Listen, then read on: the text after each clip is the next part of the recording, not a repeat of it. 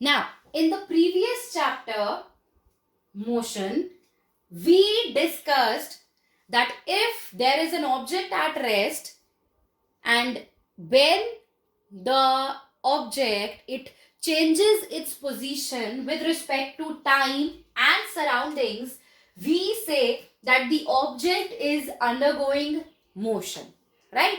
यही बोला था हमने कि जब भी एक ऑब्जेक्ट अपनी पोजीशन को टाइम के साथ बदल लेगा, right, position change with time, this is motion. हमने ये पढ़ा, राइट? बट हमने ये नहीं पढ़ा कि ऑब्जेक्ट पोजीशन को चेंज कर कैसे रहा है. जो ऑब्जेक्ट में मोशन आया, राइट, भाई हमने ये तो देख लिया कि हाँ एक ऑब्जेक्ट मेरा रेस्ट पे रखा है और वो ऑब्जेक्ट मूव करना स्टार्ट कर दे, अगर अपनी पोजीशन को टाइम के साथ बदलना शुरू कर दे तो वो मोशन में है. पर ऑब्जेक्ट मोशन में आएगा कैसे? मान लीजिए आपके सामने एक बुक रखी है, right? There is a table and a book is lying on this table, correct? अब ये बुक अपने आप तो चलना शुरू नहीं कर देगी. बुक के पैर तो नहीं है ना कि वो अपने आप चलना शुरू करे. अगर बुक को मूव करना है तो या तो मैं यहां से इस बुक को एक पुश दे दूं,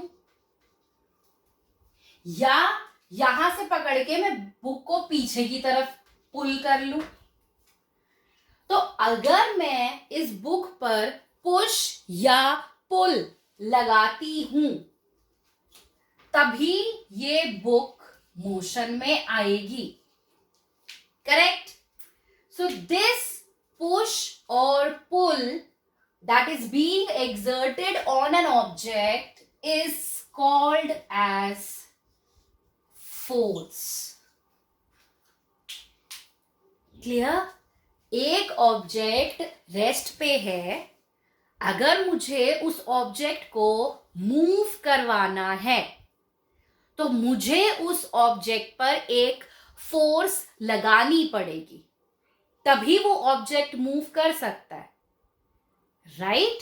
या मैं कहूं कि मान लीजिए एक ऑब्जेक्ट आपके पास है और वो मूव कर रहा है. सपोज करो दो फ्रेंड्स हैं, दो फ्रेंड्स आमने सामने खड़े हैं. एक फ्रेंड ने बॉल को फ्लोर पे रोल किया, राइट? जो दूसरा फ्रेंड सामने खड़ा है वो उस बॉल को पकड़ लेगा. यहां से इस बच्चे ने बॉल को रोल किया, ये बॉल रोल होकर इस बच्चे के पास जब पहुंची तो ये बच्चा जब इस बॉल को अपने हाथ से पकड़ लेगा तो बॉल रुक जाएगी. तो जो बॉल मोशन में थी उस पर एक बच्चे ने फोर्स लगाकर उस बॉल को रोक लिया. दैट मीन्स फोर्स एक ऑब्जेक्ट को मोशन से रेस्ट पे भी ला सकता है.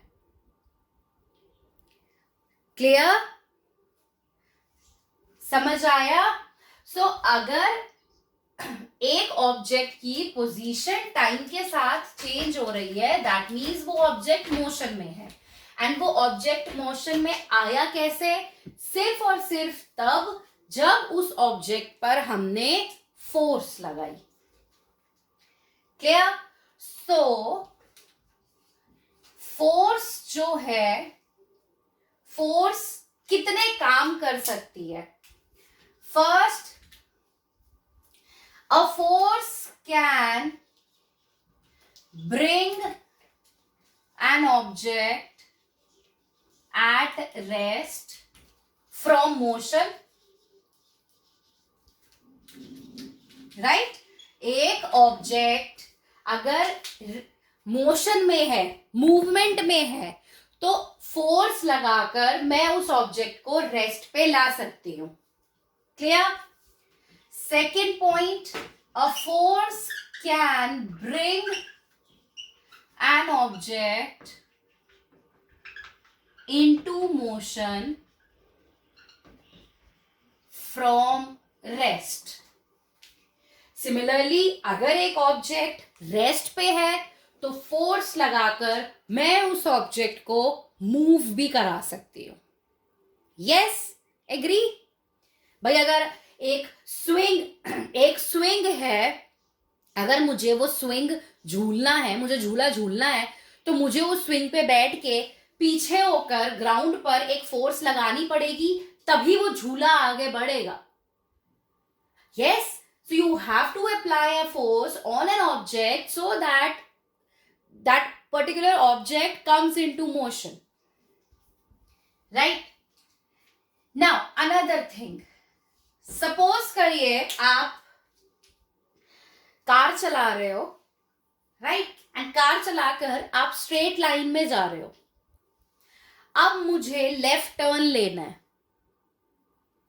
तो अगर मुझे स्ट्रेट जाते जाते अब लेफ्ट टर्न लेना है तो मुझे स्टीयरिंग व्हील पर एक फोर्स लगानी पड़ेगी, तभी मेरी कार लेफ्ट टर्न लेगी, अपना डायरेक्शन चेंज करेगी. Yes, so a force can also change the direction of an object.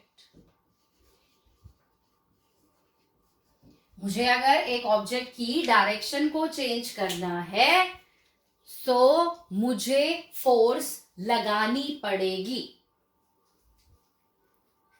Clear? And another thing, suppose if I have a rubber band with me, right, एक rubber band है मेरे हाथ में and मैं उस rubber band को पकड़ के खींच रही हूं. I'm stretching the rubber band. So when I stretch a rubber band, I'm changing what?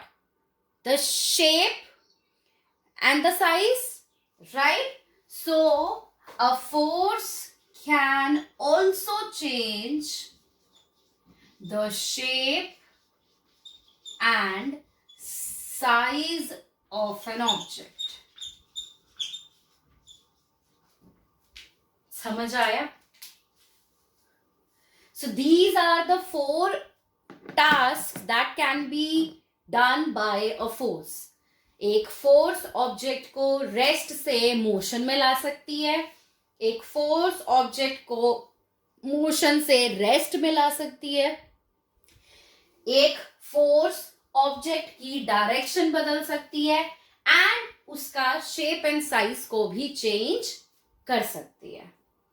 So a force can do so many tasks and everywhere you will find force. इस वक्त मैं बोल रही हूं, मैं बोल इसीलिए पा रही हूं क्योंकि मैं एक फोर्स लगा रही हूं.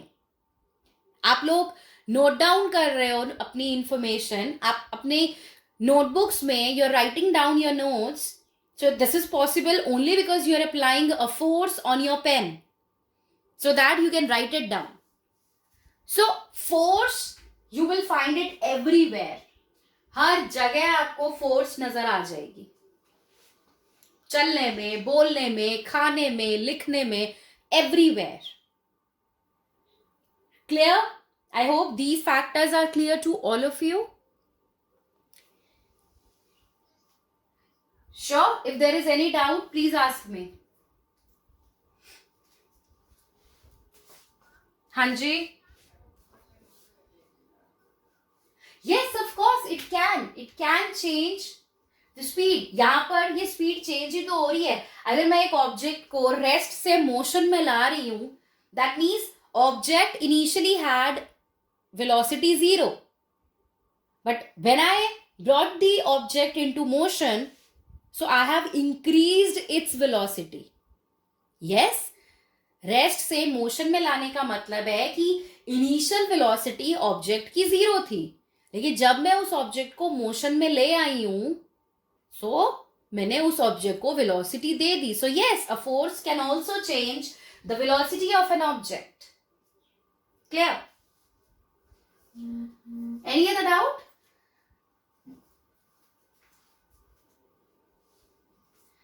Okay, good. Now suppose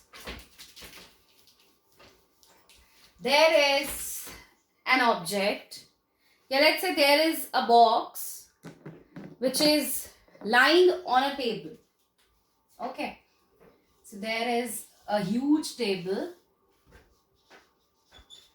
and on this table there is a box. Okay.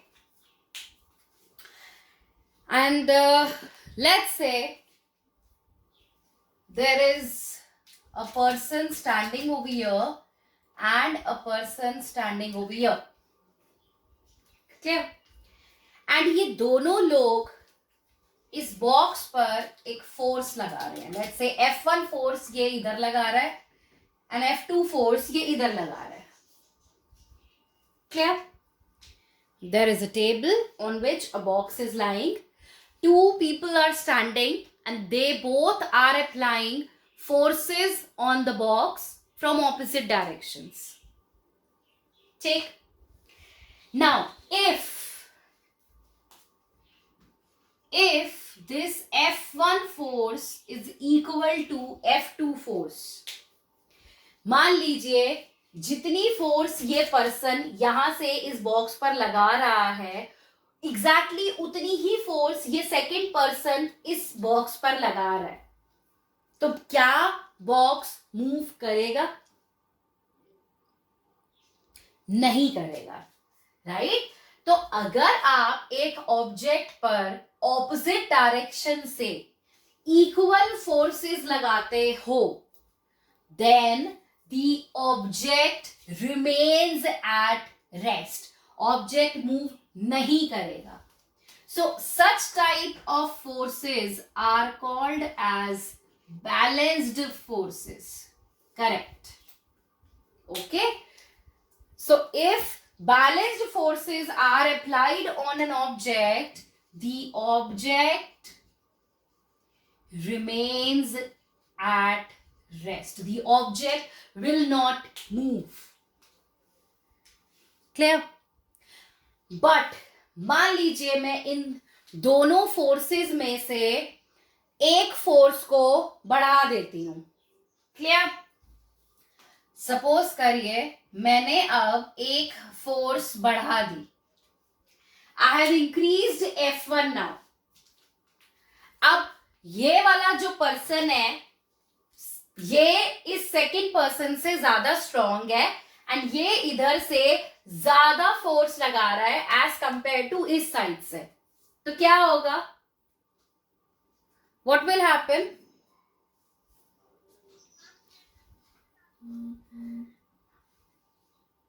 Exactly, the box will start moving in the direction of the greater force, right?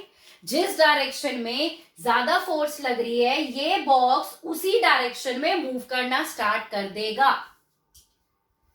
सो अगर F1 F2 से ज्यादा है तो ये बॉक्स F1 की ही direction में move करेगा and अगर F2 ज्यादा हो जाए F1 से तो ये बॉक्स F2 की ही डायरेक्शन में मूव करेगा. So such type of situation where the forces are unequal, right? So such forces are called as unbalanced forces. Okay? And whenever we have unbalanced forces, the object comes in motion. Okay? Object जरूर move करेगा जब आप unbalanced force लगा रहे हो. समझ आया? So just remember this, that if there is an object which is lying on a table and let's say you are applying equal forces from both the sides on the object. So अगर आप equal forces लगा रहे हो तो box आपका कहीं भी नहीं जाएगा, लेफ्ट राइट नहीं होगा, वो जहां है वो वहीं रहेगा. सो अगर ऑब्जेक्ट आपका रेस्ट पे ही रहे फोर्स लगने के बाद भी, So that means the forces that you are applying on an object, they are balanced. But if you're applying forces on an object and the object starts moving in a direction of the greater force, that means the forces that are being applied, they are unbalanced. वो एक दूसरे को balance नहीं कर रही हैं. Clear? समझ आया? ये वही बात हो गई कि मान लीजिए एक बच्चा एक डोर के बीच में खड़ा हुआ है एंड उस बच्चे का लेफ्ट हैंड एक किसी फ्रेंड ने पकड़ा हुआ है एंड उसका राइट हैंड दूसरे फ्रेंड ने पकड़ा हुआ है. अगर दोनों फ्रेंड्स इक्वल फोर्स लगाकर उस बच्चे को जोर से खींचें तो वो बच्चा गेट के पास ही रहेगा, वो ना लेफ्ट जाएगा ना राइट जाएगा. बट अगर दोनों फ्रेंड्स में से एक फ्रेंड ज्यादा स्ट्रॉन्ग होगा, सो नेचुरली वो बच्चा जो गेट पे खड़ा है वो उस डायरेक्शन में चला जाएगा जिस डायरेक्शन में आपका फ्रेंड जोर से उसको फोर्स लगाकर खींच रहा है. सो पहली कंडीशन में बैलेंस्ड फोर्सेस है एंड सेकेंड कंडीशन में you have unbalanced forces. Just remember, balanced forces होंगी तो वो ऑब्जेक्ट को मूव नहीं करवाएंगी. अगर आपको एक ऑब्जेक्ट को मोशन में लाना है, आपको अनबैलेंस्ड फोर्स लगानी ही पड़ेगी, तभी ऑब्जेक्ट मूव करेगा. I hope this is clear to all of you.